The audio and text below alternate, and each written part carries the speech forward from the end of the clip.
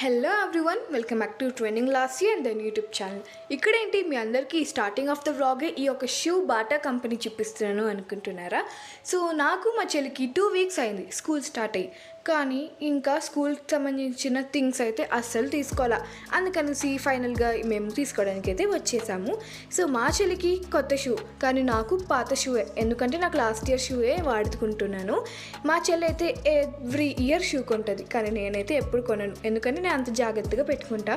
Every year 1 inch అయినా పెరుగుతాను అనుకుంటే ఈ ఇయర్ చూసారు కదా, అలా అన్నానో లేదో షూ కొనడం కూడా అయిపోయి బ్యాగ్ కూడా కొనేసుకుంటుంది మా చెల్లి. అండ్ బ్యాగ్ అయినా కనీసం నువ్వు కొన్నవా లాస్ట్ ఇయర్ అంటే అది కూడా లేదు, ఎందుకంటే నా బ్యాగ్ కొత్తగా ఉంది, లాస్ట్ ఇయర్దే వాడుతున్నాను. మా చెల్లి వచ్చేసి డార్క్ బ్లూ బ్యాగ్ తీసుకుంది, అది ఇందాకే చూసారు కదా మీరు. తనకి వచ్చేసి డార్క్ బ్లూ కలర్ చాలా ఇష్టం. అండ్ ఇక్కడ వచ్చేసి వాచెస్ అలా వీడియో తీసుకొని మీ అందరితో షేర్ చేద్దాము అనుకుంటే చూసారు కదా, మా చెల్లి ఇంకా మా నాన్న ఆ ముందర వెళ్ళిపోతున్నారు ఫాస్ట్గా. సో వాళ్ళైతే చాలా ఎగ్జైటింగ్గా ఉన్నారు. సారీ మా చెల్లి మెయిన్గా ఎగ్జైటెడ్గా ఉంది, మా నాన్న కాదు. అండ్ మా చెల్లికి వచ్చేసి పౌచెస్ కొనాలి అంటే ఈ పౌచెస్ సెక్షన్స్కి వచ్చాం.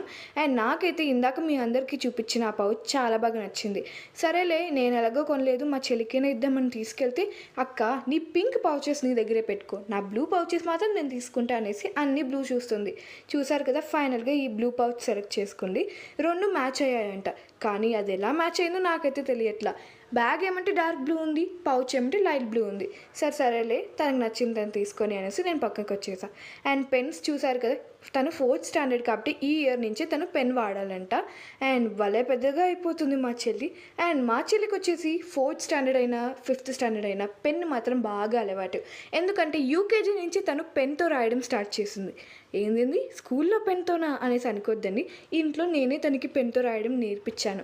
సో తన హ్యాండ్ రైటింగ్ పెన్తో చాలా బాగుంటుంది.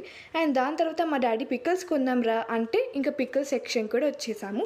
సో పిక్కల్స్లో మేము ఎవ్రీ టైం ప్రియా పిక్కల్సే తీసుకుంటాం.